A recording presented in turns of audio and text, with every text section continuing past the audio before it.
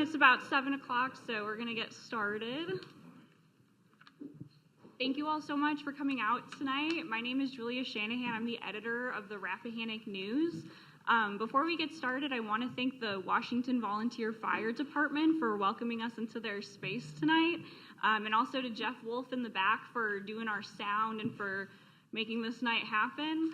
I know some people asked, why are you doing a forum if none of the candidates are challenged? And we decided to do it because the 4 people behind me are definitely going to be on either the Board of Supervisors or the school board. So we wanted to give you, the voters, a chance to ask them questions and get them on the record. So that's what we're here to do tonight. And our moderator will be Creighton Long, who I'm going to hand this off to in just a moment. He's the social studies teacher at Rappahannock County High School. He's also a volunteer at Sperryville Fire and a member of the U.S. Army Reserves. So without further ado, please give it up for Creighton Long. All right, good evening, everybody. I'm Creighton Long. I'll be moderating this event. Like Julia said, I am a social studies teacher over at the high school. I teach mostly history, but I pretty much taught everything that we offer, from government mythology, World War I, World II, etc. I'm a member of the Sperryville Volunteer Fire Department, so try to be involved in the community in that capacity. And I've been in the Army for, oh my gosh, my Army anniversary was 3 days ago. It's been 12 years. Started off active duty, now I'm a reservist, so I'm also periodically having to go away and shave my beard, which makes me most sad. But right now you get to see me fuzzy and happy, so this is a great day for me. So that's basically who I am, or at least the part that I'm going to talk about right now. For today, the candidates are going to start off with a 1 to 2 minute opening statement explaining who they are, why they're running, some of the things they want to kind of put out there to start. After that, I'm going to ask the first question from Rappahannock News, and after that, we'll open up the forum to all of you lovely citizens to ask your questions for the candidates. Let's see here. About 8:30, we will conclude and have a meet and greet after that. When you come up to the podium, if you would kindly introduce yourself and I'm going to pull a Mr. Kier-Whitson, mention your district for our candidates, and try to keep your question to under a minute, and then after asking your question, please return to your seat so that the candidates can answer that question. At this time, I'm going to kick it over to John to start, and then we'll just go right down the table. Whenever you're ready, sir. Sure, thank you. Well, thank you for coming tonight, everyone. I will say, Julia, I'm not sure anything's guaranteed. There's always a chance of a write-in candidate at this point. So hopefully this is the way everything works. So I've been here in the county for just over 20 years. We moved here to manage a farm. You may have heard of it, Eldon Farms, and have been here since then. Our plan was to be here for 3 to 5 years and move on, and Rappahannock County has a tendency to grab people and hang on to them, and so we've been here now for all this time. We've raised our 5 kids here. 2 of them have graduated from the public schools and moved on. We have a senior and then a 8th grader and a 6th grader. So this is home for us. I've made my career in agriculture, both here in the county and outside the county. I've traveled and run my own business, working in genomics with beef cattle. And so I've spent years traveling and doing that, and sold that business a few years ago and said, I really want to stay here close to home. And so when Van approached me and said, hey, I'm not going to run, I thought this is the perfect opportunity to hopefully give back to this place that we've enjoyed living in so much. The things I enjoy about Rappahannock County are the sense of community, the open space, the land that we love, and the agrarian kind of feeling that we love so much. And my goal would be to preserve that, to make sure we hang on to this thing that we have. Thank you, John. First, before I talk a little bit about myself and why I'm here, I wanted to publicly thank Christine Smith, Piedmont District, for the work that she's done tirelessly. And she's not here tonight, but I was hoping she would be. So if you get a chance, thank her for her service, as well as Van also. So a little bit about Gary. I don't like talking about Gary, but I know it's necessary. And I'm a product of Rappahannock County. Make that sound like you plow a field, drop a seed in, and you grow somebody, you know. And here I am. I'm married to Kelly Jo from Rappahannock, native as well, and for 41 years. So she's not here tonight. She's on a trip, and thank goodness. She'd be sitting right there and giving me that look and stare. And I need that most times. But anyway, I wish she was here. You know, my family, generation of farmers. I have so much respect for the working farmers, and so I appreciate that, and that's my generational background. A lot of my family was into farming. I've had the privilege of living in 3 districts in Rappahannock County through my tenure. I think maybe even 4: Piedmont, Wakefield, and I don't know if it was Jackson District or Hawthorne. But anyway, I think that it gives me a little bit of perspective. One of them being the Chester Gap area, which has some challenges. Small business, you know, and we have a lot of small business in Rappahannock County, and I'm a business proponent. And my parents ran a small business in Sperryville, the Exxon station, for about 10 years. And I remember them sitting at the table and the challenges they had to keep that business going and the prices and so forth. So having, you know, why I'm here, I made a couple notes. You know, I'm a volunteer of the Sperryville Volunteer Fire Department. I hope I can bring some value there, being the former sheriff of the county and starting out as a deputy here, the challenges of what that brings. Involvement with the schools, I've always been involved with the schools and with volunteering, and being a former chair of the Planning Commission, I believe gives me a little bit of insight of some of the challenges in Rappahannock County and some of the major ones now. So, thank you. Thanks. Hi, I'm Rachel Bynum, and I moved here to Rappahannock County, just so you know. I see my husband, Eric, over there. He doesn't usually come to any school board meetings. This is, I think, the first time he's come to see me speak in public, so thanks for coming, Eric. But we moved here to Rappahannock County in 1999 in order to start a farm, and we've been making our living farming ever since at Waterpenny Farm in Sperryville. We grow vegetables and sell them direct market in Washington, D.C.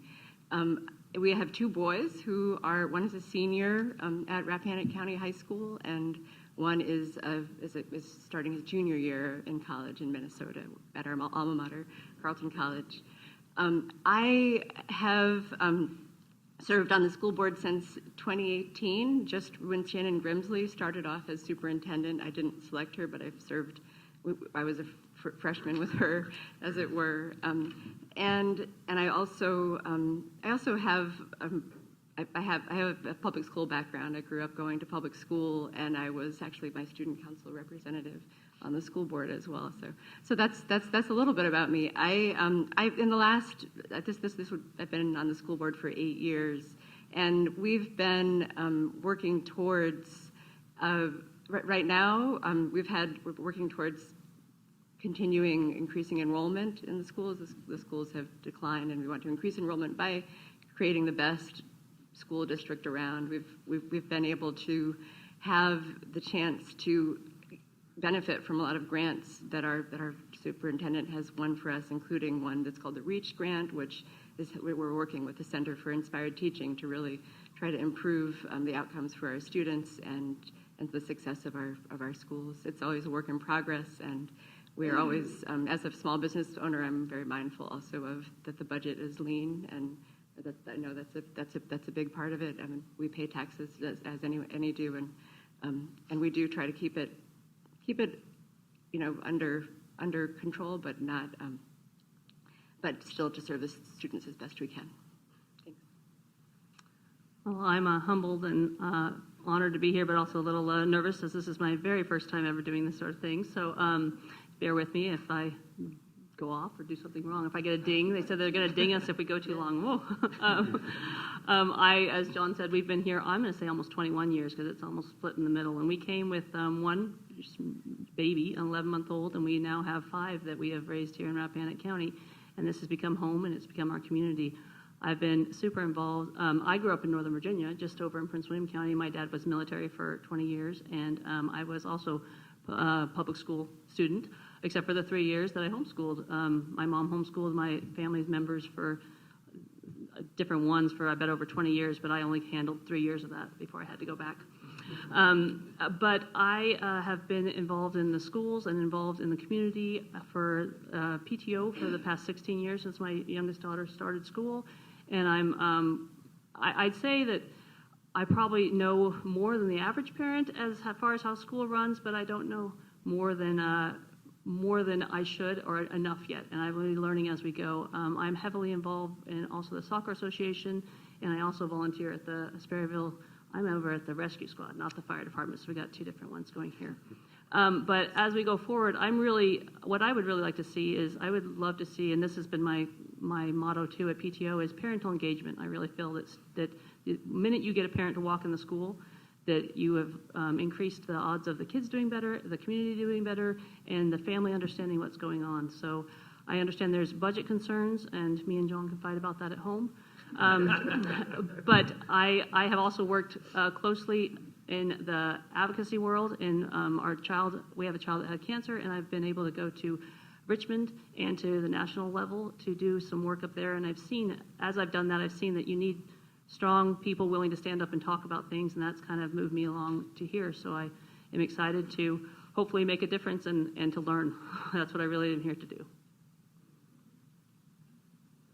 All right. Thank you, ladies and gentlemen. Let's go ahead and start with the first question from Rappahannock News. First question, and I'm just going to give you guys a heads up. We're just going to do the same order. So, John, you're going to start, and then we'll go right down the table. With taxpayers footing a $24 million bill for a new courthouse, do you truly support the county's approach, or will you push to rethink the project's location and cost? Yeah, so I think it's a good question, and probably the question at the top of a lot of people's minds tonight. I think to start with, we absolutely do need a new courthouse. I think the idea that we can just stay with the one we have is not workable. So I do think we need a new courthouse. My hope is that we could do it for less than $24 million. Now, I've never built a courthouse before. I don't know what it costs to build one, but my hope is that we can bring that cost down. I think it's worth exploring all of the options before we commit. But I'm worried that if we think, hey, we can just delay, we need to do it, it's going to get more expensive, not cheaper. So I think we need to build one. I think we need to be cost conscious. I think there's a big difference in 18 and 20 and 24 million. I think those are significant numbers for a community our size, and we need to be thinking about that.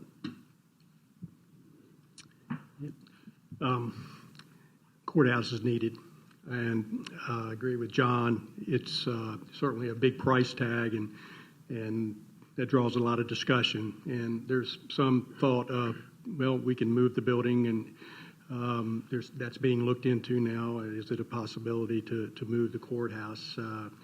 I would personally believe the courthouse needs to stay in the town of Washington. It's historical. The current courthouse, and being in public safety for 40 years, I've been in and out of that courthouse more times than certainly probably anyone in this room on the right side of the law, I say. But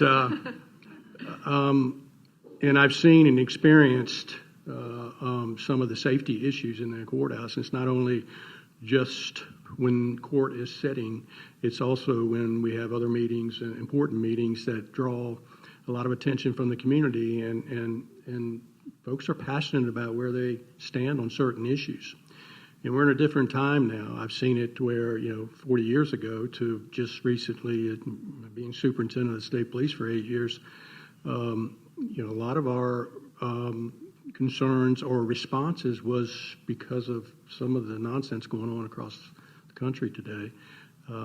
People are passionate again about what they believe in, but there's a way to handle that passion. So I digress back to get to the question. I support the courthouse. $24 million is a lot of money, no question. I applaud the Board of Supervisors and the administration's office, Gary Curry and his team, for trying to tease out every dollar that we can and still meet the mandates and the requirements that the state requires when you're building a public building. If we keep punting this, and it's been talked about 3, 4, 5 times that I can recall, and myself having some conversations with judges over the years, is the security of the courthouse. And it was a casual conversation, but it went in one ear, out the other. There was another dominant topic going on in the county. So here we are today. You're talking about a 4% minimum increase with regards to the cost of the courthouse. If we keep delaying, that being every year, it's going to go up that much. I would say it's more. In my previous job, multiple projects of $200, $300 million at the state level for capital improvements and other things that I had visibility on. When we punted that, we'd always go back and say, gosh, look how much more money we're spending. So I think there's been a lot of great work to get to this point. I personally think it's time to make a decision and let's move on with answering a couple of the residual questions that came out of the last board meeting, just to make sure we're turning over every rock. But that's where I stand. So. Well, I don't envy the supervisors having to make the decision at the courthouse because it is such a big expense, and the schools also have mandates that we have to adhere to, and that costs money as well. We have a lot of state mandates in terms of we need to have every position filled, and sometimes we only get 0.1% or 0.1 of that or 0.2 of that, and it's always a juggling act to make our budget work. I think that cost savings is a good priority, but I don't think that you can. I guess that in my own experience, saving, like nickel and diming a project can turn around and have been a wrong decision. So I hope that we can move forward quickly and not end up spending even more money in the planning phases and not and losing sight of the goal.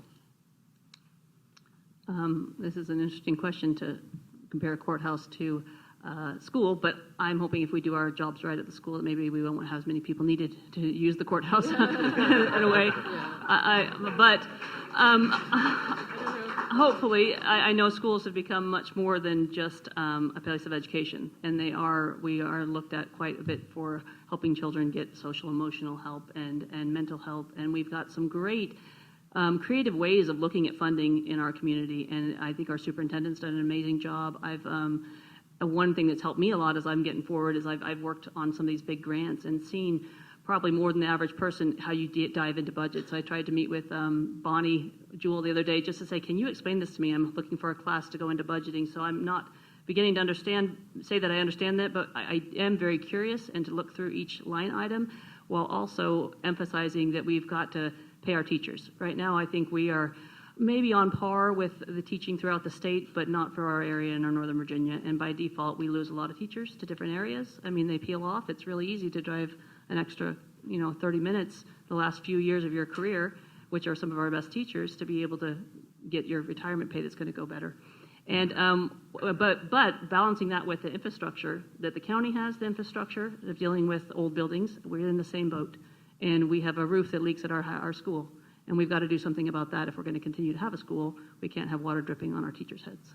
So I would love to bring some fresh eyes to it and to look over the budget as I learn more about it and hopefully look for some creative ways in possibly going down to Richmond, and hopefully we can get that cap lifted eventually to get that money, and also leveraging the amazing people we have in this community that help us out, But I realize the significance of the school budget on the county budget, and hopefully can alleviate that some with the taxpayers too. I sit right in the middle, understanding it both. Lynnie, I just wanted to say, I've been a big part of going to Richmond and advocating for getting the cap lifted, and we also have we have a new strategy that involves other smaller counties. There would be a way for us possibly to leverage the lack of economy of scale that we have, along with several other counties in the state, and we'll continue working on that. And it's interesting. It's interesting to try to make enough noise to be heard in Richmond, for sure. Not easy. In working with childhood cancer, I've advocated down there for help with the budget, because childhood cancer is severely underfunded. It's 4% of the national cancer budget, and in going to the state level, obviously the state level can't do a whole lot with national. It needs to be a federal thing or even a worldwide thing to try to conquer some of these childhood cancer issues. But we were able to push through some funding, and we now have a childhood education navigator at each childhood cancer center in the state of Virginia. So I was able to see how you're taking your personal stories to, down to Richmond can help, and to talk and see the process that it goes through, and I'm really hoping that we can get somewhere with that. Thank you all. At this time, we're going to open up questions to you lovely people. Just a few reminders. When you get up to the microphone, please introduce yourself and your district. Keep your question to under a minute. And if you could direct the question to an individual or an office or all four, if it's open to all four of our candidates, and then go ahead and return to your seat while the candidates answer your question. Is anyone brave enough to go first?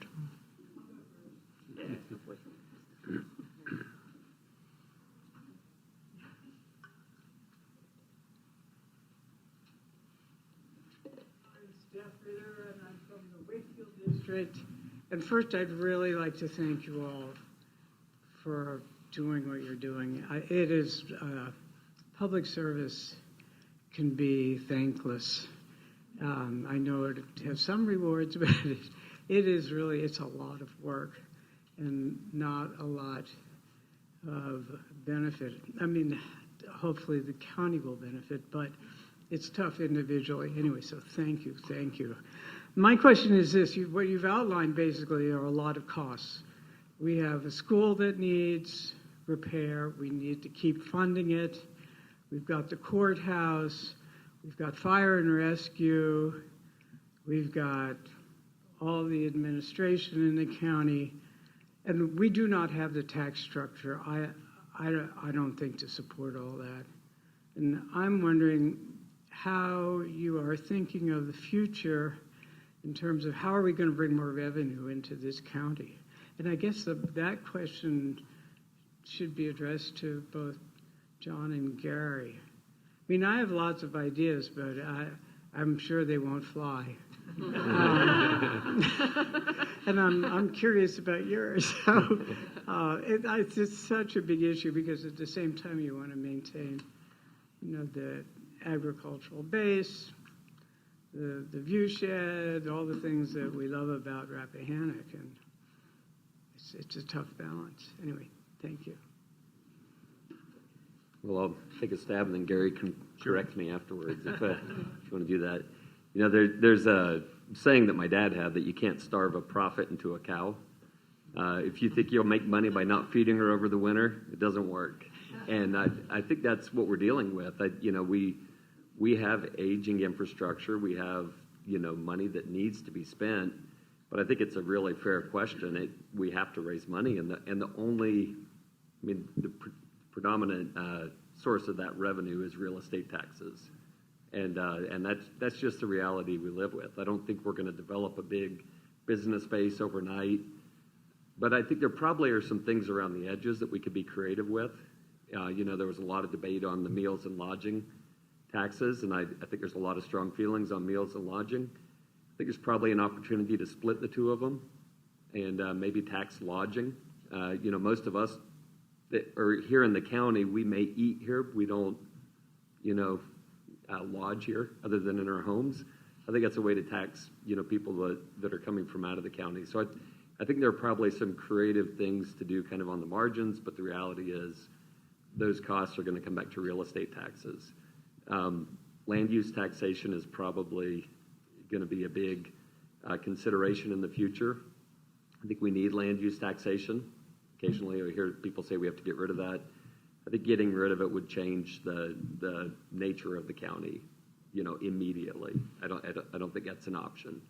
But are there ways that we can that we can think about land use taxation and how that's sort of balanced? Ultimately, though, it seems like this is really the where the rubber meets the road with government. It's how do you fairly tax people, and what are the services people want?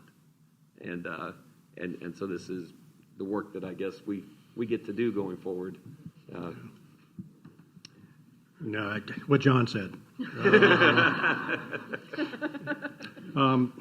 No, I knew that question was coming, and think about it all the time.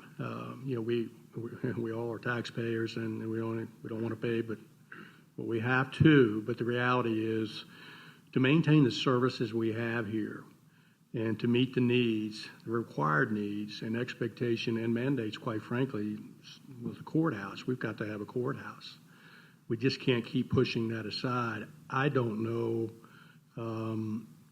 it's probably something worthy of discussion by the board is to have a real good strategic plan moving forward with regards to our infrastructure.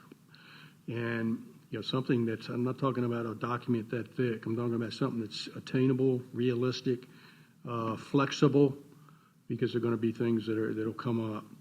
To get back to the question, how are we going to pay for this? The reality is there's more than likely going to have to be a tax increase. I'd hate to say that, but you have to pay for the services that's required and needed.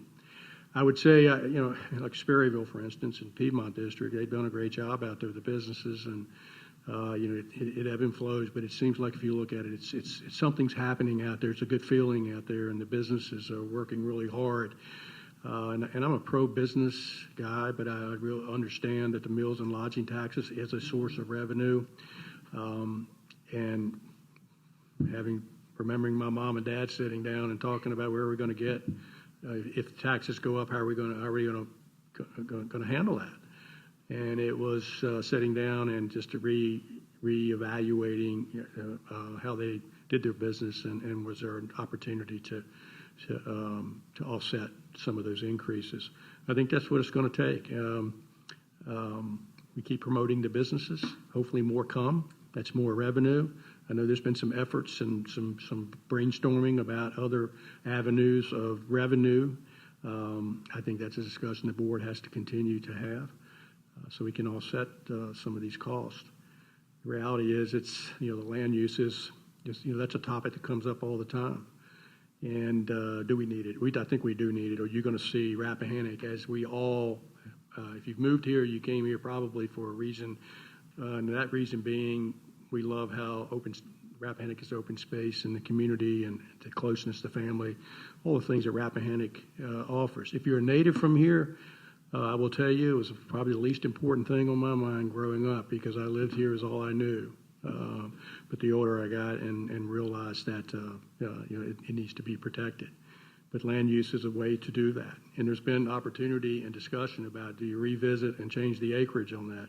A lot of that's not as easy as just doing that. Some of it takes legislative muscle.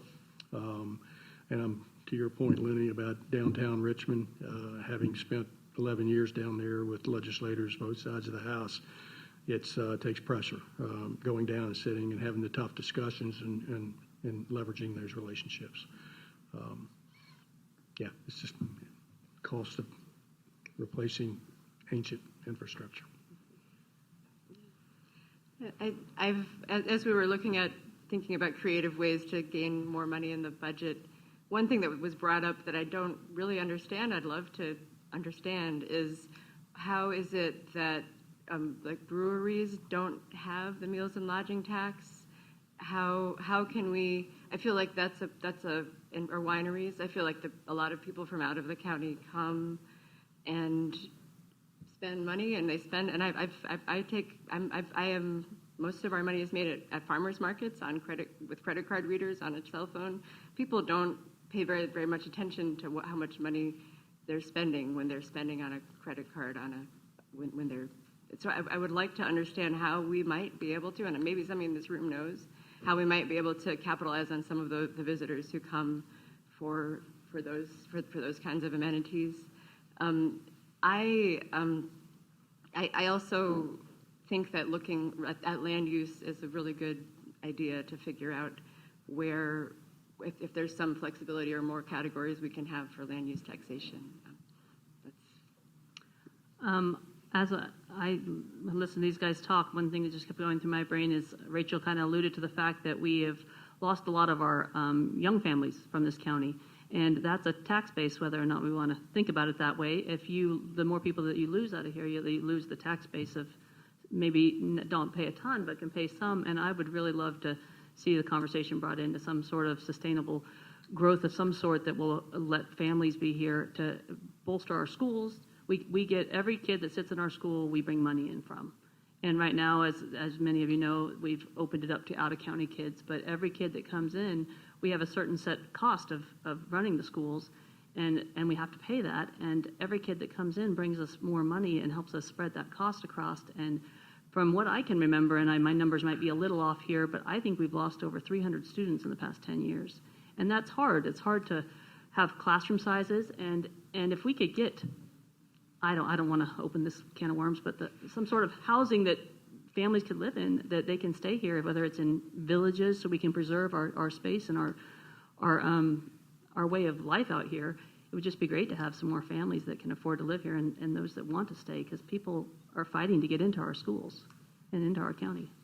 And just to clarify about out-of-county school students, because people think people can't come to our school for free from out of county, only if they're working at Rappahannock County schools or in the county do they come. It's about a 2,000. There's a tuition that we charge if people come in from out of county. Otherwise, I'm sitting with Shannon next week to find out some hard numbers on that one.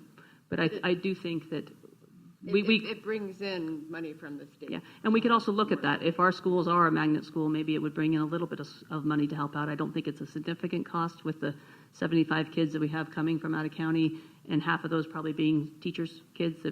That's usually a perk when you bring in your own kid, or you come and teach here. You get to bring your kid here for free. But there are a lot of friends that have come and they're great families. They're people we want here. But there is ways to look at that. If we are a magnet school or if we become a charter school of some sort that people really want to come here, would they pay to come? We have private schools where people do pay a lot to go to schools.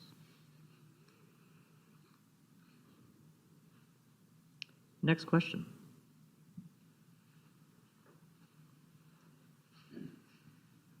I'm going to jump in and might make a fool of myself, but here we go. It wouldn't be the first time.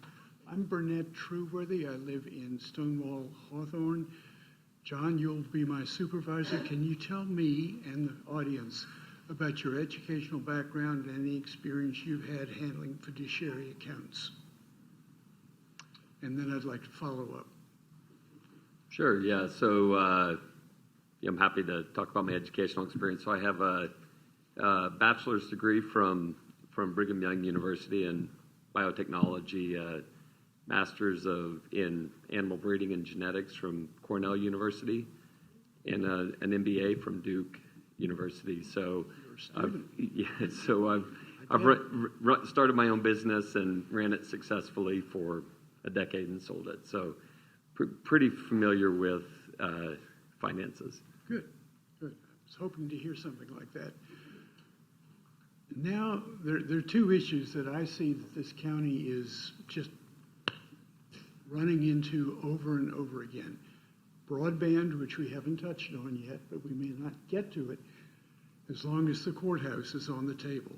Can anybody up here, or Gary, your people, or folks in the audience, tell me where the $30 million is coming from? I'd like to know, because I don't have it. That is a lot of money. Gary, you know about the requirements that the judges have. Can we find $30 million? And if so, from where? Yeah, good question. I guess it's a follow-up to the previous question we had. How are we going to pay for this? Yeah. And of course, the figure we're looking at right now has been dwindled down. If you want to, it's probably not the right word. $224 million. I make it sound like it's not that big a deal, but it is. And as I previously said, I think we're going to have to look at our tax rates. And we're going to have to be innovative. And is it raising other local meals and lodging taxes? I don't know that. That affects our businesses. And we want our businesses to thrive. I do agree that typically when those taxes are raised, it's it's passed on to the consumer, the folks that are coming here from Northern Virginia. That doesn't make the proprietor or the business owner feel any better, because he or she has to pass that along, and that's not, can sometimes, I'm sure, be affect business. So the other thing is too, and I didn't mention this earlier is that we need to look at our budget as a whole. the school budget is our biggest expense. And I'll be the first to say they do a magnificent job, and that's me on the outside looking in. And I've met with Rachel, and she was kind enough to help me understand some of and give me a copy of the budget. And looking through that, and I will tell you, it's just hard for me to track and follow. What I did see in there, a lot of unfunded mandates that the school has to have. Now, sometimes I think they get kind of beat up on that, but it has to happen. I know that from my previous experience with the law enforcement agency that I ran. You wake up one day and you got 2 or 3 extra unfunded mandates that you just learned about. It's already passed through legislation. And so that's the reality of what we do. The one thing that I would like for the Board of Supervisors to do, and I think we can, there's a good relationship, I believe, between the school board and the Board of Supervisors to have more interaction and sit down and tease these budgets out. And I know that budget discussions are going to start earlier this year. At least that's what I've heard from some of my future colleagues. I think that's important. It shouldn't start in February or that time. It needs to start now. It's a year-round process, and to understand the school budget and are there ways that are there areas that that can be cut or consolidated? I don't know the answer to that, and it may not, because I've been involved with the schools as a volunteer over the years, and this goes back a few years, and they do, from, again, my seat, it looks like they do a very good job. So it's going to have to be a little burning, a little bit from here and a little bit from there. Yeah, it's not cheap to build a building. You have to do bonds. There needs to be debt.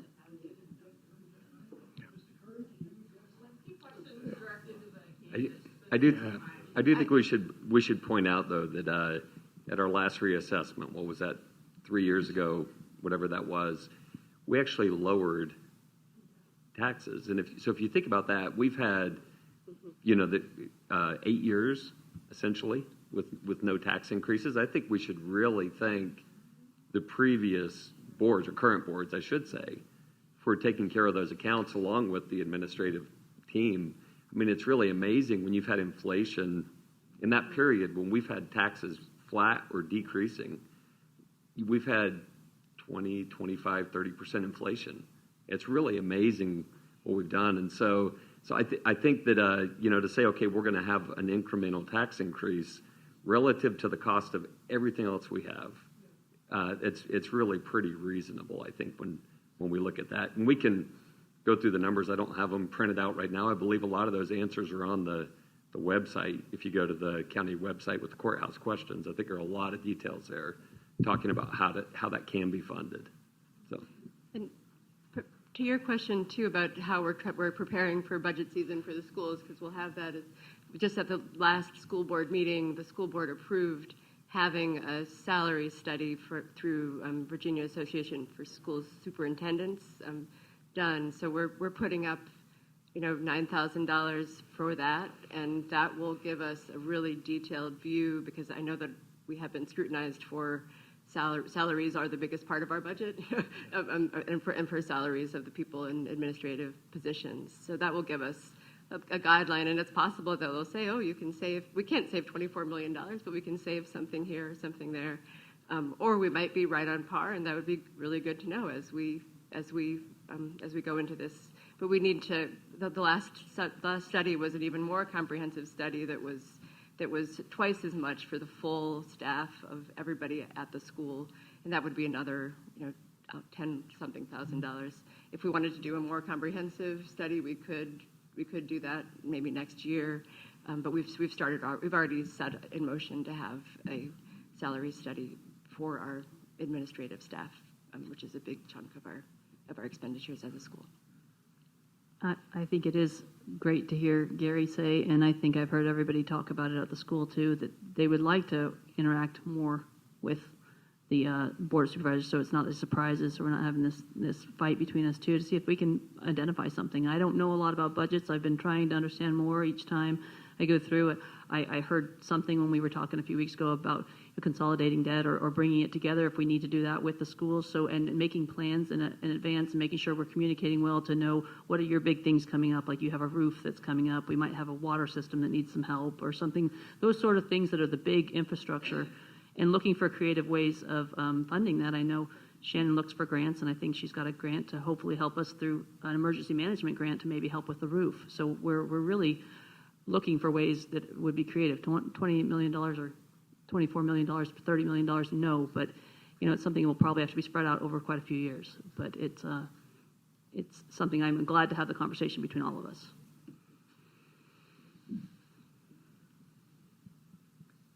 Next question. Ma'am, would you like to come down to the microphone?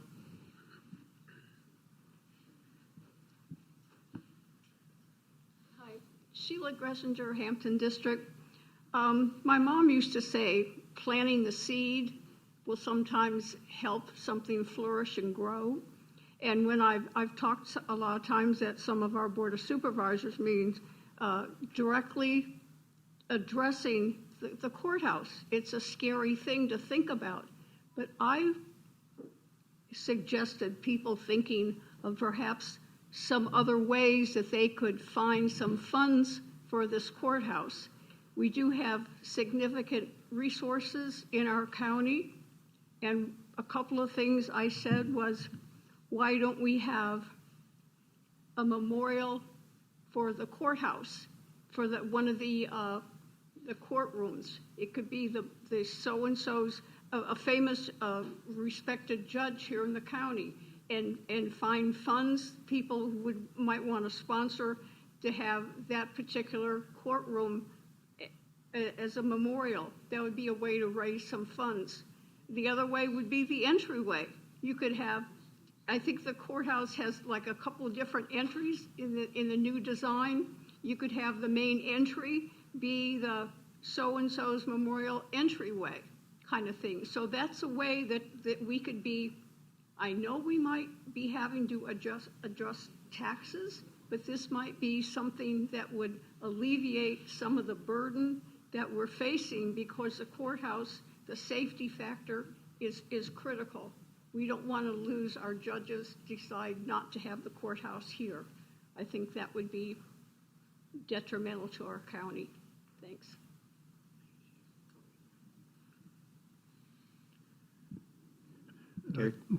Thank you for that comment. One thing I would like to add with regards to the courthouse construction, and you brought up a good point about it being detrimental to the judges and our public safety officers and what have you. So if we don't do something, and the judges have the power to present an order to move it to a safer place, where's that going to be? It's not going to be anywhere in Rappahannock County. It will be in a neighboring county or even further away. And you can rest assured that those counties are more likely busier than we are, just simply because of their road, their population, and so forth, and other elements that bring people to court. So if that's the case, and you have one of the deputies or a trooper or a law enforcement officer, regardless of who that is, that has the authority to make arrests or has a docket, a case docket, that person, he or she, is going to have to pick up, go to that jurisdiction, they're gone. That's a resource we lose here in Rappahannock County. And it'll be for a significant amount of time until we figure this out. I don't know about you. We are already strapped with regards to answering public safety calls. To take someone out of the county all day long and someone backfilling that is going to be overtime. It's going to be exhaustive, working extra hours. It affects the wellness of our law enforcement folks. So I think we have to think about logistically what it's going to cause if we do not figure out a way to move this project forward. I think, again, it's been teased down to a fairly reasonable size and fits and meets the mandates, policies. There's a couple things, obviously, that can probably still be cut on that. I don't know if that's going to be a significant decrease, but we just got to keep taking bites of the apple with the idea of we've got to get this across the finish line. If not, there's going to be, again, I don't want to repeat myself, there will be some repercussions from a public safety standpoint. So.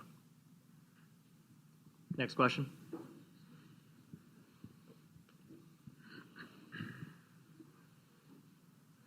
Everybody, I'm Chris Parrish, Stonewall-Hawthorne. And first I want to say I'm really happy to see you four people sitting up there.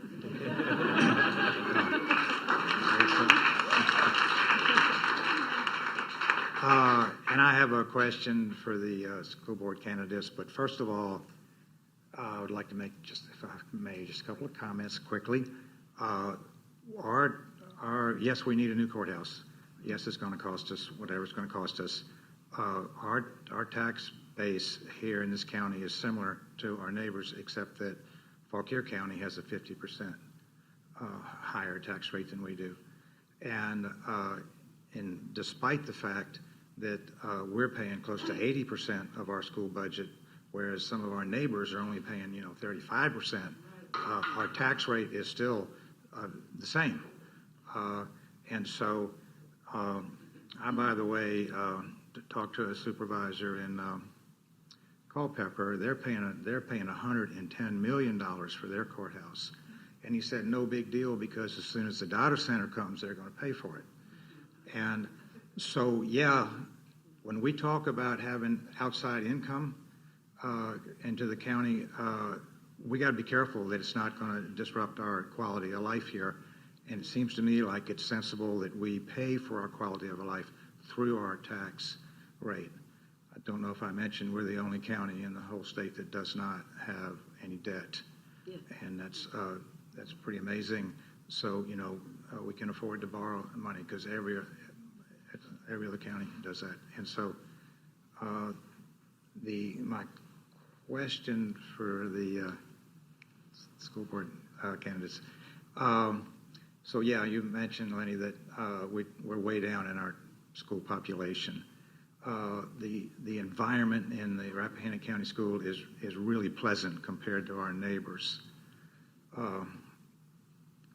I know people that are going to private school, they're paying $36,000 a year to have that environment. And I do believe, and I'm wondering if you all think it's possible, that if we more or less just advertised in neighboring counties for their students to come over, charge them, we could easily get another 200 kids. Got room for them. And they would probably pay $8,000 or $10,000 gladly to do that. We could easily raise $2 million a year by doing that. And I'm just wondering if you all think that's possible. I know that that's an aspirational direction that we're going. I mean, we've never thought that the schools should be just the bare minimum. We have a lot going for us, and the students from things like Mountain Vista Governor's School and the Future Educators Academy for our more motivated students, to trades academies, to the Fine Arts Academy, as well as just a lot of just fun small community activities, and and we really support our athletics. We support our band. We support things that make it fun to come to school and make school feel relevant to the rest of your life. It's not just sort of a holding tank. Is our idea. I do think. I mean, we have a good public relations person who's Holly Jenkins does a good job of pushing out details. We do have a brochure. We haven't actually advertised per se to school. It's more word of mouth, but I do think that we do have a tuition rate that is we set the tuition rate at something like, I can't remember, it's like I think it's $7,500 it's like currently, $8,000 per student per year approximately, and that's something that's mandated to set by state, so we couldn't really up that at all. I think it's a mandate, but we do feel that. And another group that we've gotten some students each year who move from homeschool to Rappahannock Public School. We have some, we don't know exactly the number of homeschool students, but there are homeschool students who participate often in arts programs or athletic programs, things you need to do with a larger group, and that's one reason to keep those programs strong. It has to be an organic fit, of course, but I think it's definitely a direction. And I just don't want to, nobody think that the schools are actually declining each year. This year we have had a small uptick, and it might be a leveling or it could be an uptick in general, but we're not, it's not a curve that's going down, down, down. It went down a little and now it's kind of leveling off and was up last year for the first time in a while. To answer your questions, I think it's a very nuanced question. I do think, I personally, my children attended Epiphany Catholic for preschool because I was looking for a program that offered 2 days a week and not full time. I didn't want to take them to school every single day. I made a lot of friends there. Epiphany Catholic is K through 12th grade, and we have probably 4 families that have come over from Epiphany Catholic in the past 2 years that as their kids got older to the high school, and they love it here. They're loving our schools. They think it's a great place. Their kids are able to play athletics. They're some of the stronger families that are very engaged, that are willing to drive their kids all the way from Culpeper up here. They love our small school size and class size. I had a conversation with them recently because, as Rachel has said, in full transparency, I personally don't think there's very many kids here that pay a full tuition to come to our schools currently. I think that's something that's told, and I think that it's less than 10%. I'll find the numbers out, but right now, the way we've always looked at it is that those numbers help us out because we have more kids in our school, and they do help in every single way. Our sports are better, our academics go up because they're usually the kids that are doing better.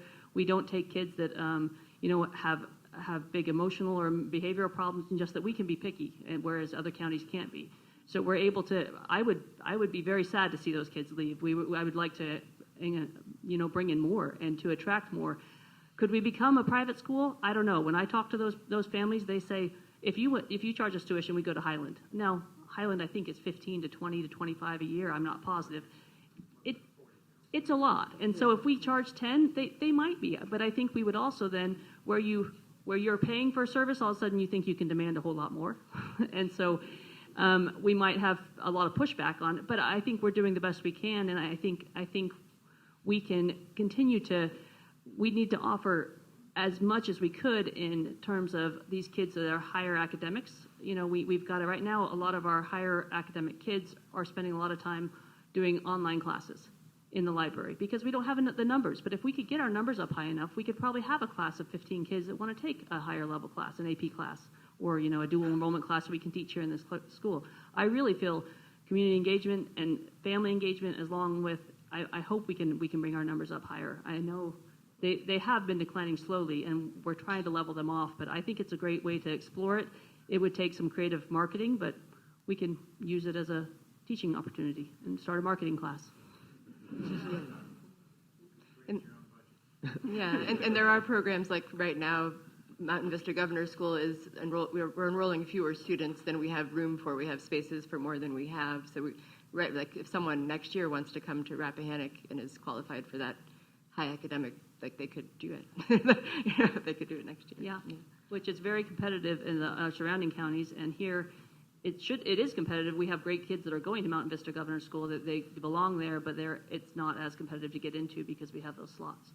And just to clarify about the average, if people aren't paying tuition, that doesn't mean that we aren't getting money from the state. We're paid based on our average daily membership. So and we also put requirements on families that are coming here. If you're bringing your child, you have to have land in the county. You have to work in the county. Say, I know there's families that work at the farmers market. They live right over the border, but they are strong members of our community. They volunteer. Our PTO has doubled in size and very active. And just with that alone, we raised, close to $50,000 last year at a fun run because we have parents that are helping us out and are willing to step up and make that kind of stuff happen. When you lose that parental engagement, you don't have that.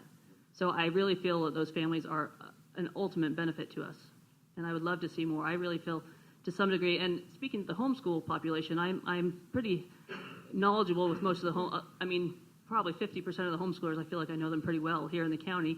People homeschool for very different reasons, but there's a lot of a lot of other, and this goes to state level, but there's a lot of other ways to engage homeschoolers that you can then maybe sometimes get some funds for if they come over and take some classes. And we're small enough that we're flexible enough to be able to accommodate people. I also feel sometimes we could even become a magnet for people that like that homeschooling, and like the flexibility. Maybe they'd come to our county just because they know that we'll let homeschoolers be part of our marching band, and it'd be win-win. We need those kinds of kids. Now, there are state laws that stop some of those things, but other states have done it for sure. Thank you, Rachel. Thank you, Lynn. Next question, please. Come on, sir.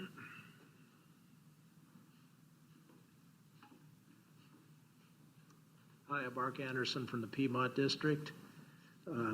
Chief Settle, you mentioned a strategic plan for infrastructure. Hanover County has what they call a capital budget plan, which is like a 5 to 10 year plan on how capital expenditures from their counties to be spent. They just built an enormous new courthouse, and that's part of how they financed it. One of the things I observed in going to Board of Supervisors meetings about this courthouse is it's sort of a slow motion train wreck that's forced our attention onto the courthouse to the exclusion of other important capital needs of the county, such as public safety, such as more schools, or more school improvements, There's an excellent staff report on the courthouse that's on the county's website, which I commend everybody to read. The thing that jumped out at me, the last 3 times we've incurred debt for capital purposes was for the schools. And as Chris Parrish just pointed out, we've finally paid all that off. We're debt free.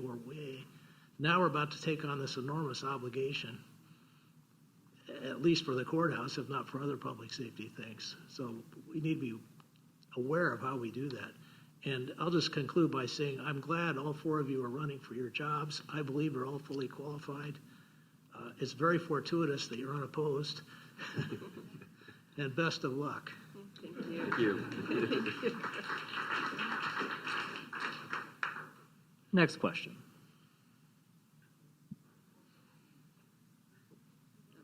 Oh, it's a race. It's Cole. I think it's Cole's turn. I'll have you next, man. Ron Macklin, Amosville.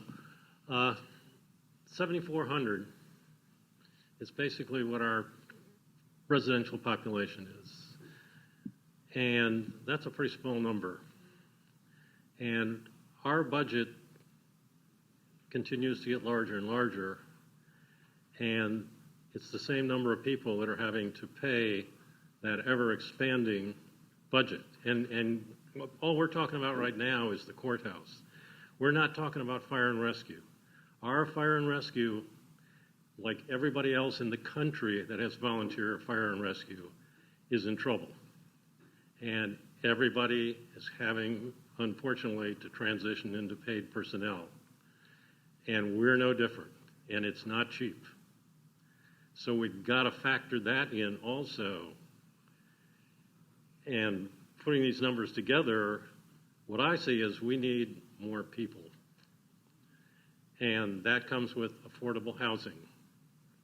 When I was on the school board 30 years ago, we had 1,200 kids in the school system.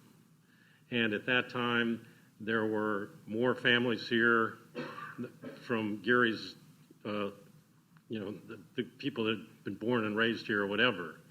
And over time, because they couldn't afford a home in the county, they've had to leave. And so now we're, like I said, the 7,400 is not, it's been that way for a long time. And we have to get realistic about the fact that we're not going to be able to, with that many people, we are not going to be able to afford to pay the bills that we're going to be looking at. And we've got to do something.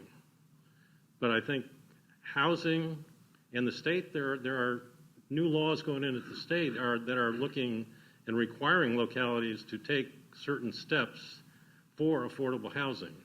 There's a new one that actually from 2023 that has to do with manufactured housing, in that you have to have in your comprehensive plan now something that deals with bringing manufactured housing into your municipality in order to deal with the housing issue.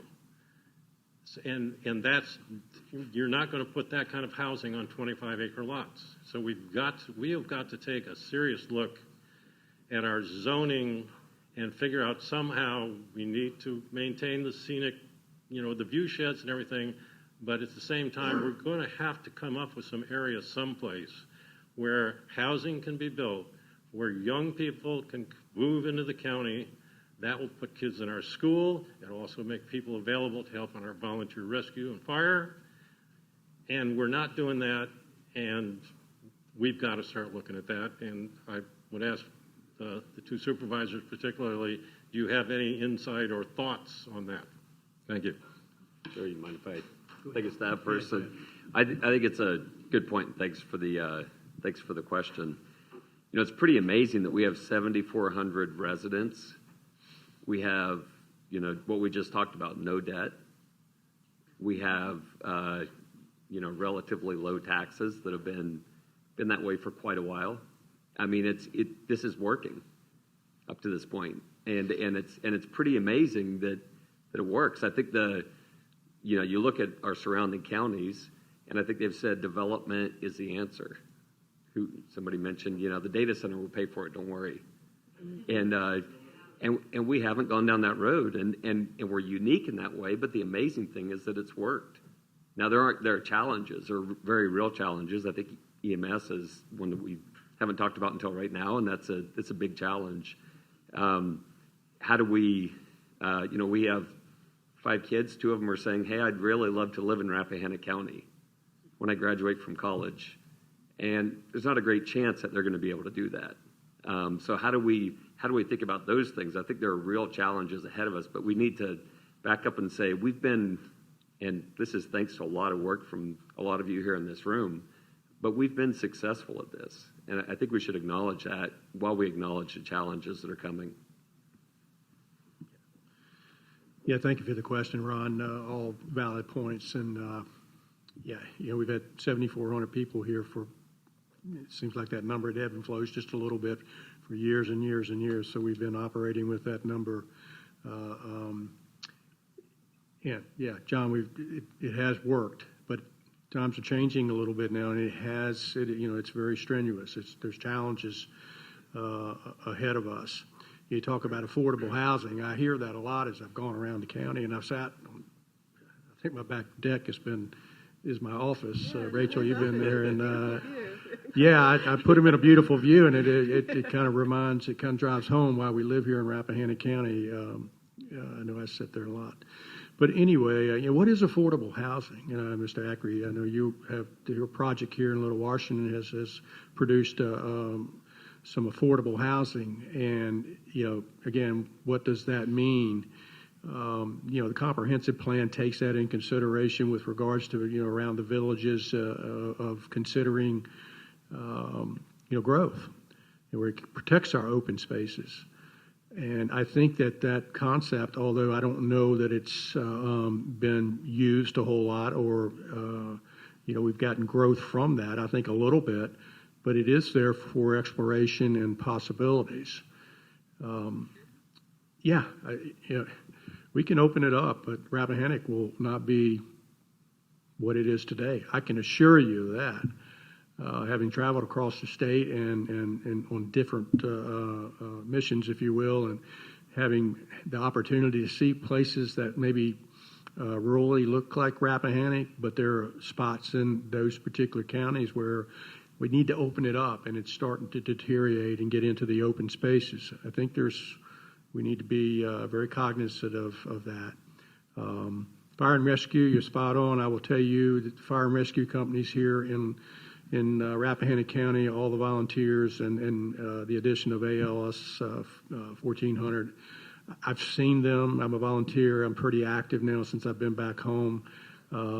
It has a big hit. I mean, that has produced some really good responses.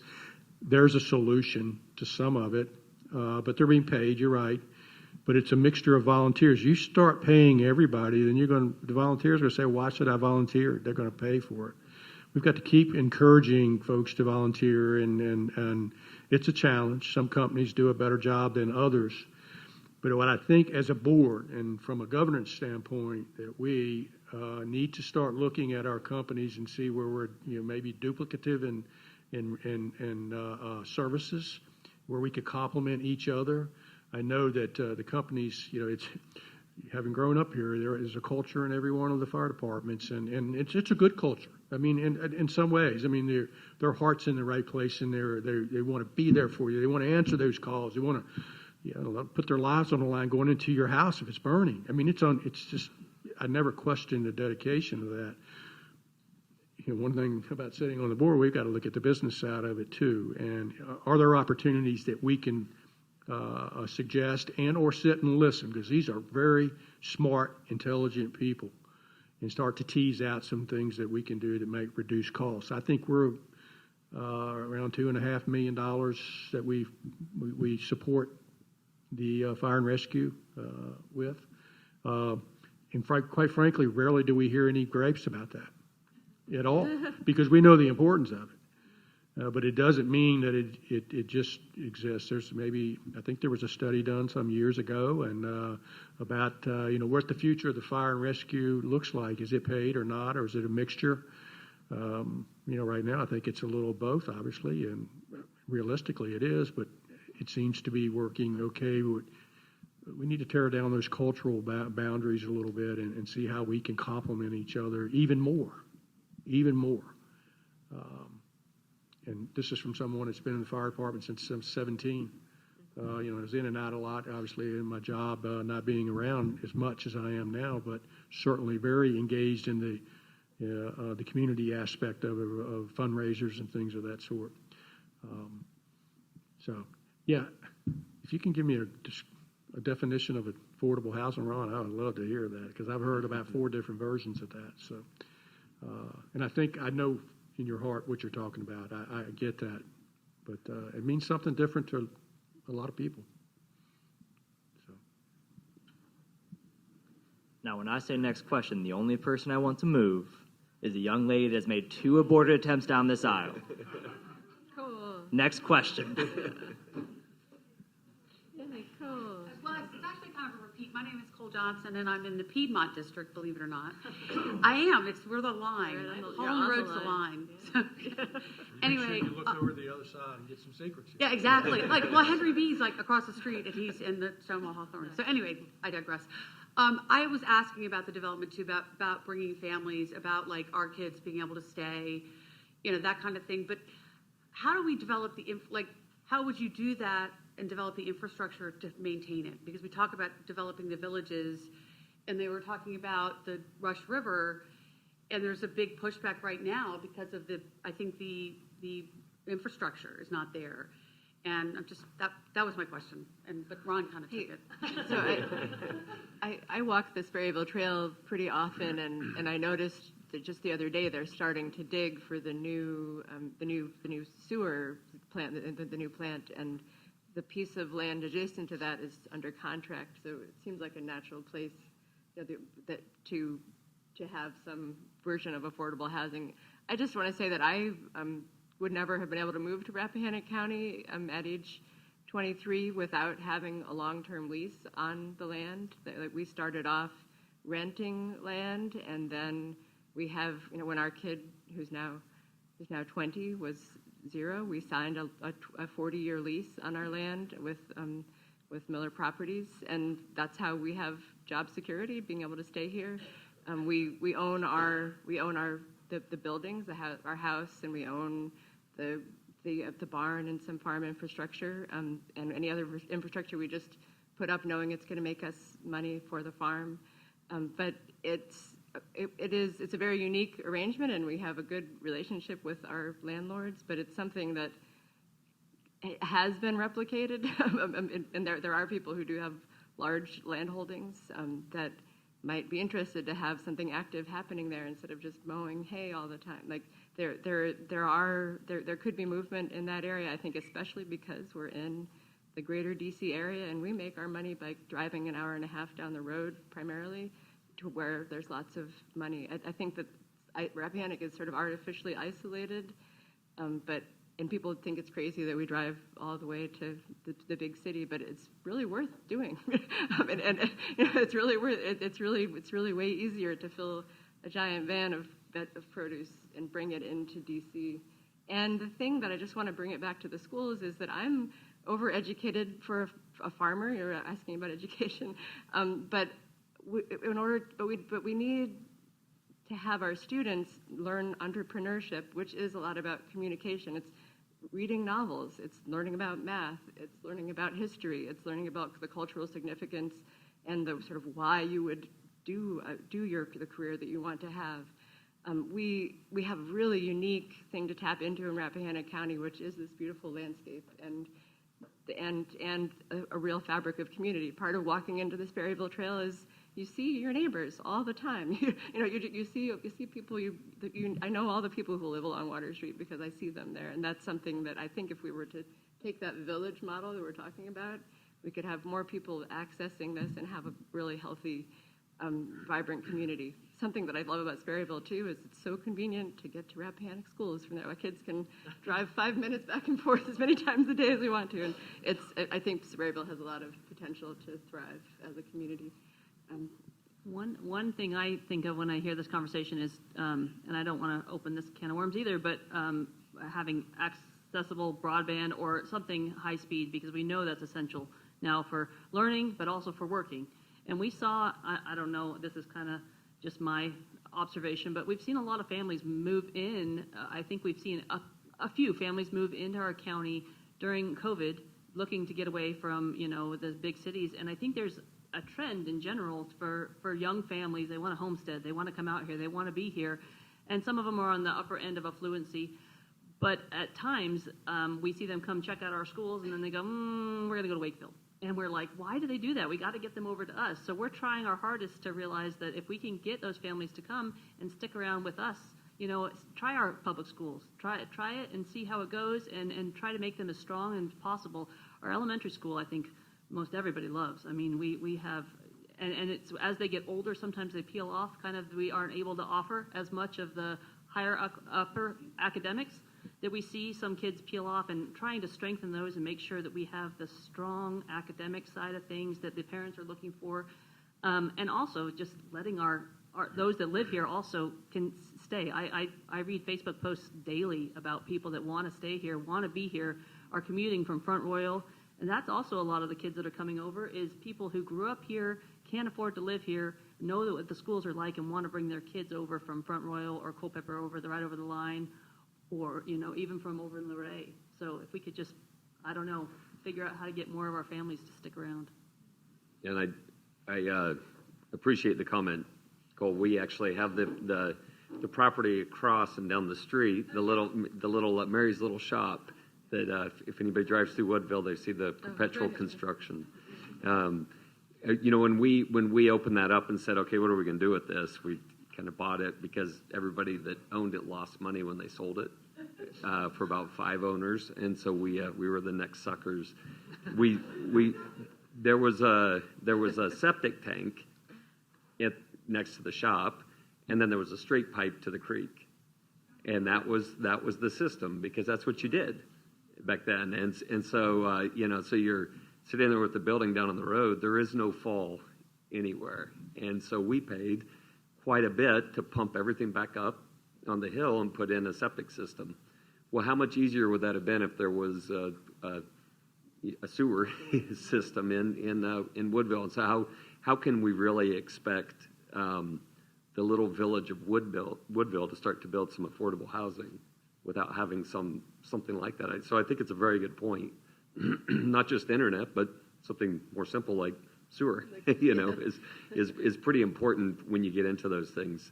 I'm not advocating for a sewer authority in Woodville in any way, and Gary has his hands full with that. So, but I think it's a very valid point. Yeah, great question, Cole, because it's easy to say, well, just put it next to a village, but you do have to consider the infrastructure and what's going to support that village, whatever it looks like, if there's an addition to it. The current water sewer system there, they have some challenges. And that's the first hurdle to get over, before you start, I'm speaking of just Sperryville, before you start adding and more houses and more capacity, if you will, in that sewer system, will it handle it?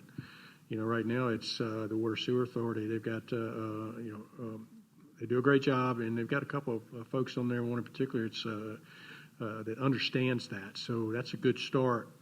The one thing people ask me, well, okay, how do you feel about the county and the taxes and, the greater issues, courthouse, what have you, but what about Sperryville and the water sewer system? And it feels like that maybe that, it sits there in its own little world, and, we don't want to be bothered about that, and, take care of your business. And I will be very vocal about that system, because it is, it needs some TLC times 10. And I think it's headed in the right direction, but again, it's one of those things about a strategic plan. It just seems like we fix, and then then something breaks and we patch, and then got to get away from that. And we've got to take care of our infrastructure if we want it to support some initiatives that might have affordable housing or expansion that makes sense within our comprehensive plan. And I just don't know that system right now. And I'm learning more about it. It's much like Lynnie talked about the buddy. Hey, I'm peeling it back. I'm learning it, and I will get my head wrapped around it. But I do think at some point with Sperryville, and I said earlier, something's happening there with that little town, and it's a good vibe.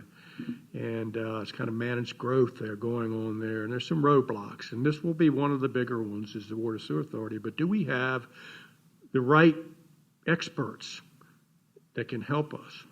We, as a county, have always relied on taking that on and trying to save $1 or tax rate, decreasing, because we're so conscientious about that. And we can't ever vacate that thought or that effort. But there's a cost to that at some point. It catches up with you. I purposely have gone around and looked at some of our county structures that we own, and a lot of those are in the town of Washington. They belong to the county, and that we do business that needs some maintenance. Are we going to be back to someone's point earlier? What's the next big project that's going to cost $10 million? We've got to evaluate our infrastructure here in the county. And I told somebody from your district, John, I said, maybe Woodville, it's a nice, quaint little place, but maybe that's an excellent opportunity for, expanding the village. And because if you blink your eye, you're all the way through there. So, but just a little joke. But the infrastructure is very important. Well, the story was that the courthouse was going to be in Woodville in the 1800s. I don't know if you've heard this, and supposedly they moved it because there was a guy that said he didn't want the ruffians hanging around his daughters. So I've got 2 daughters, Gary, so it's 3 daughters. We revisit history. Yep. All right. Attorneys, there was the problem. Looks like we have about time for 2 more questions if we're speedy about it, sir. And then, ma'am, I'm going to close with you. John Beardsley, Wakefield District. I want to reiterate the thanks that you've all been given already for stepping forward to serve. It's great to have people of such caliber stepping forward and serving. My question is, housing is one half of the equation for getting people, getting our kids to stay here. The other is jobs. So could I guess directed at the candidates for supervisor, could you suggest some vision for economic development, business development that might work within the context of our comprehensive plan? Thank you very much. Sure. Yeah, I think we have the usual, answers, tourism and these things that have worked for us for quite a while. I do think we're at an interesting time in agriculture right now, since that's a thing I know. To carpenter, everything looks like a nail. If you look at what's going on, we have 8.2 billion people on the planet. We've successfully been able to feed everybody. But the next 20, to 40 years, we'll face a number of challenges. Our aquifers are being depleted with our current form of agriculture. We'll be asked to do it with less water. We'll be asked to do it on fewer acres as we set aside land for conservation. And so I think I remember listening to a speaker once that said, look, if you want to not try very hard and not think about serious problems, be an attorney, be a doctor. If you want to deal with the world's problems, be a farmer. Because that is this huge problem that we'll be facing, maybe not us, but the next generation. I think essentially the economy has said we don't really need Rappahannock County to farm. That's basically what's happened in the last, 50 to 70 years. If you want to put some cows out there, you can do that. And I wonder if there isn't an opportunity to do things like Eric and Rachel are doing. Where we say maybe there's an alternative to the economy saying we'll grow all the vegetables in California and send them to you. You guys don't need to farm. And so you look, maybe not in 5 years, but maybe in 20 years, that could change. And I think we should be thinking creatively about what that means for a county like Rappahannock County, where we have so much agricultural land. Yeah, just to kind of dovetail that, one thing I learned at the last board meeting or the one before that, and Supervisor Comer, who is at Laurel Ridge, and the workforce. I don't know what that term is there, but it's a workforce opportunity there, and a lot of it is trades. And I think there was a recent graduation of folks that graduated from a welding school, and then you have electrical, plumbing, and some other trades that, quite frankly, we need. And those are opportunities. Those are kids in our school that are in that program. Hopefully, will be able to come back, start a business, and live here. So that's exciting, and I don't know how that may dovetail into something larger. But we're all sitting up here. We all have degrees, and that's nice, and it opened up doors. And I think we need to pursue and push our children to visit that route. But the trades route is wide open, and you hear more about it now. About folks, my kids, I don't want to go to school or to college, but I want to get into something that I want to make money. That's great, or I want to start my own business. I don't want to work weekends. I just want to work Monday through Friday. Or you do that through your own business, but I think that's a great opportunity and could absolutely help Rappahannock long term. Building upon that one, we're going next. Yeah. I wanted to say that, I just listened to a podcast, an article just last week that was talking about how you prepare your kids for the future in 20 years and what is our schools here to do when we don't know what the future is going to look like in 20 years, and talking about that the current educational system is built upon, building factory workers and producing these mass kids that can come out and work. And so we're right on the brink of that also with our schools, and we're small enough and nimble enough and maybe flexible enough that we can come up with some of these new ways of thinking of what are we producing, and they value creativity. And because you do have a calculator in your hand at all time, even though teachers told you 20 years ago you're never going to. You actually don't have to memorize, but you have to know how to use that information. So that's just something as we go forward. What will the future look like? What kind of workers do we need out there? We're not sure, but we're trying to be adaptable enough to be able to produce those. And our schools are trying to show that we value all the different pathways that we have by both investing in the trades and getting a lot of community support. The Lions Club has really invested a lot in that particular program that you were talking about. But having knowing that you're going to have to pivot in your life. There's nobody here who hasn't changed their idea about what their life was going to be like a few times at least. That you need to have a good grounding in critical thinking and these skills that you gain by having good teachers and being together in school. I think that the fact that we're even talking about not the cookie cutter things up here is a good sign for the future in Rappahannock. We really do need to think outside the box And also just think about what makes us happy to do it. There is that we haven't talked a lot about that yet, but we are trying to get kids sparked and interested, and adults will follow. Ma'am, if you'd like to ask us our last question for the evening. Good evening. I'm Margaret Bond from the Piedmont District. I also want to reiterate my thanks to you for coming out tonight and giving us the benefit of your state of understanding of our situation here in Rappahannock County. But so I've been listening to the questions and the comments that you've made in response to them from the audience here tonight. I feel there's a contradiction in some of the comments that have been made that maybe you could help me understand a little bit better.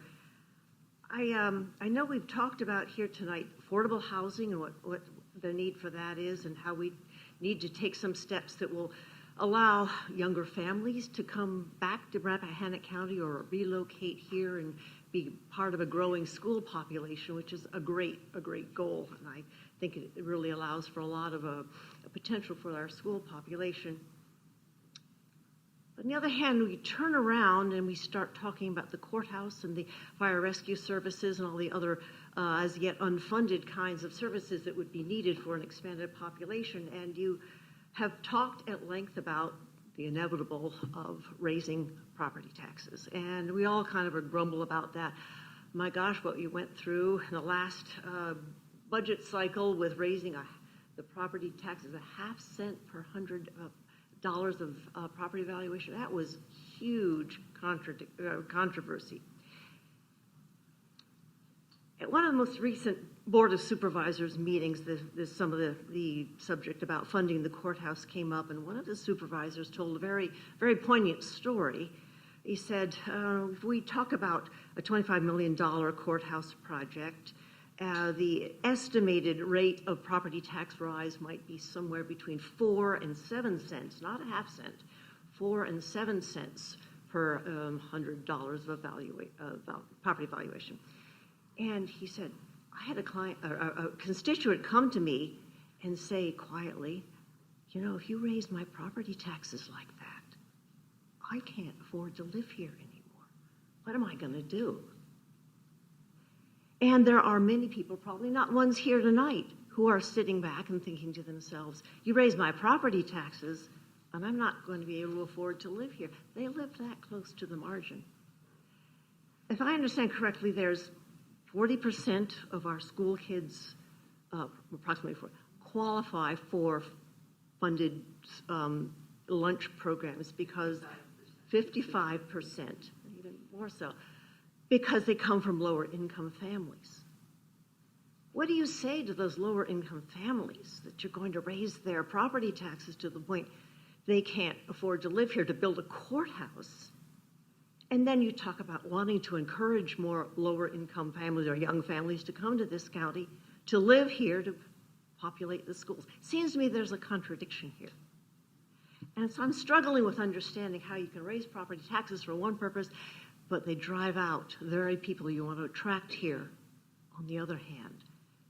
And before I leave, because this is a subject for another conversation, I do think that we have some very possible ideas for a courthouse that would meet the needs of the county that doesn't have to cost $25 million. But that's another subject. Leave it with the questions that I proposed here. How do you square that contradiction? Thank you.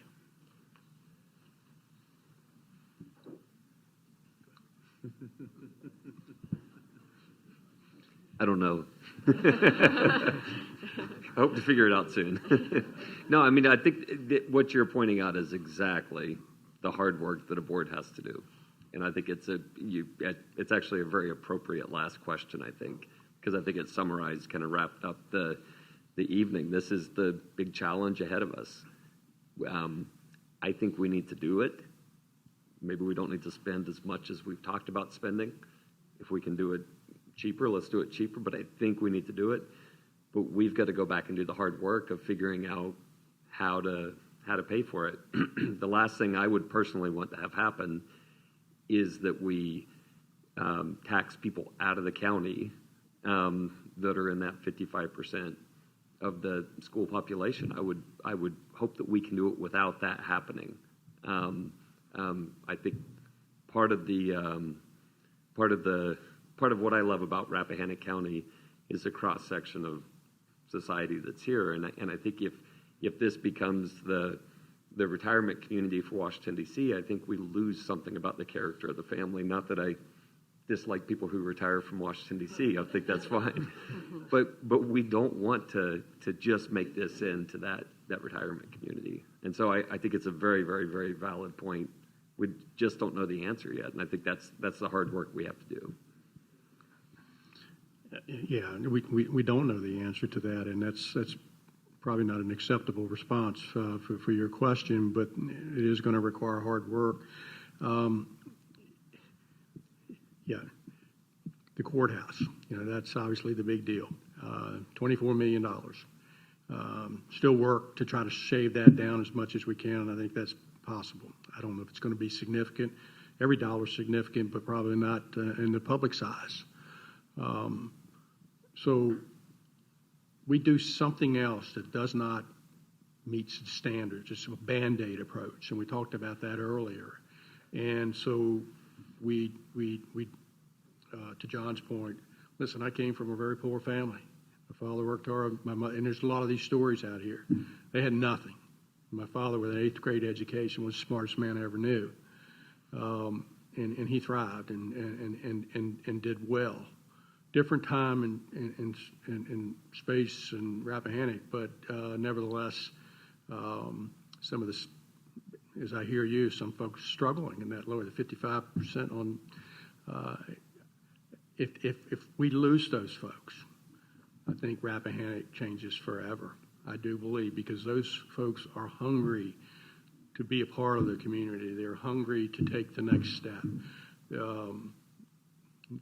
My father was that way. He's a hungry man to take the next step to provide for his family. And sometimes he probably felt the door was shut too. Your taxes are being raised or what have you, but we found a way. And I think that's the obligation that we have as a Board of Supervisors, is to find the balance in a way. I think it's inevitable that there's going to be a tax increase. I hate paying tax. We all do. I'm a conservative guy. But I'm a realist too, and a lot of that is just based on my experience over the years dealing with multi-million-dollar projects and postponing. And I hate this thing where they say, "Well, there's winners and losers." I don't. Maybe, but I think we can all win in this if we strategically tackle this and not lose sight of that class of folks, because I'm one of those folks. It's in my DNA, and I'll never forget it. And I can give you, there's families right there in Sperryville that I sat on their front porch that, they're facing water and sewer increases, and it's going to probably go up again, just because they're trying to correct some of these old issues that have sat on the shelf, not because they didn't want to deal with them. I don't know that it just creeps up on you. You wake up one day and you need a courthouse. You wake up one day, you need improvements at the water sewer system. But they said, I don't know what I'm going to do if it goes up another $70. So I don't know what the figure was. It makes me sad. And if we lose that feeling, and I don't think this board, I know this board and will not lose sight of that. That's where the tough decisions come in. At the last board meeting, I heard our Vice Chair, Kier Whitson, talked about his constituents and folks in the Hollow that sat and told him, I just don't know how can we do this? It's one of the reasons I thought Kelly, my wife, I said, why do I want to run? Why do I want to try to figure this out? I went to my father-in-law. I asked him, I said, former Board of Supervisor member for years, chaired the board for years. And that's a lot of history. Chris worked with them.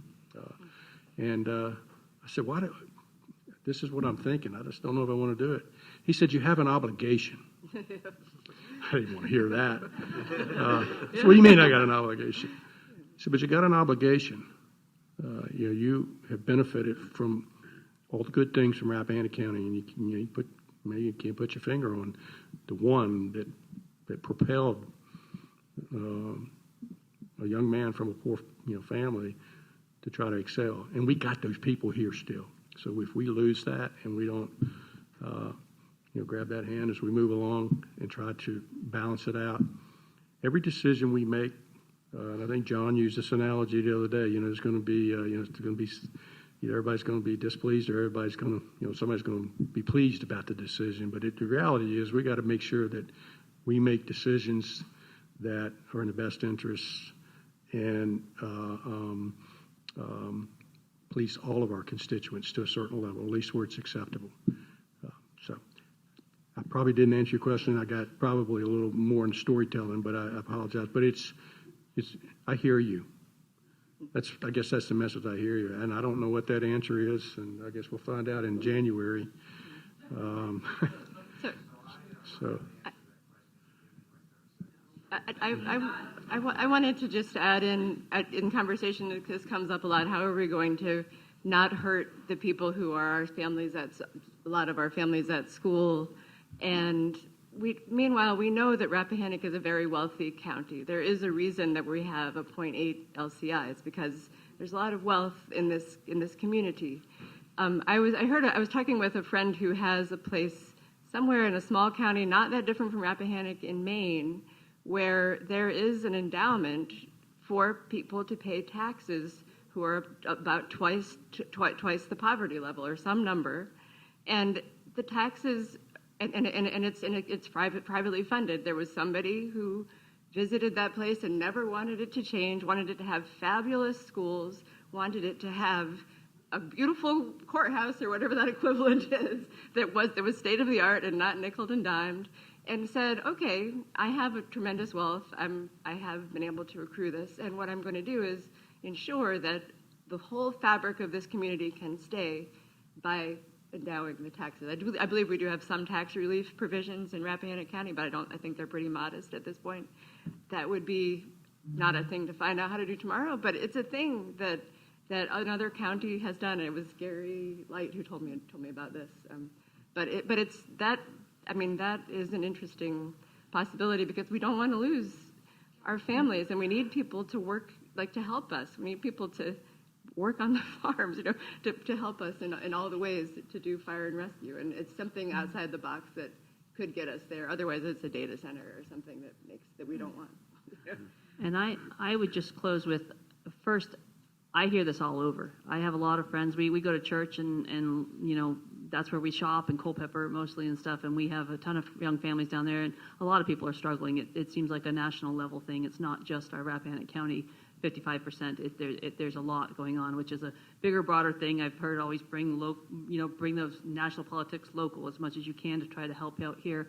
And if anywhere can do it, I feel like I talk to my friends or my family, and I tell them about the little things that Rappahannock has, and the people you meet and you bump into, and the opportunities that our children have growing up here, and the community sense that we have here, and how we take care of each other, and we have the wraparound services, and it's really astounding and incredible that we're able to provide what we do provide with the small amount of taxes that we have, and the families that are here, and people realize that, and that's, I think, why kind of we all want to be here and to live in the beautiful area we live. And I really feel with the philanthropic people that we have here and just the community members that jump in and try to come up with solutions, I feel like if anywhere can do it, Rappahannock can.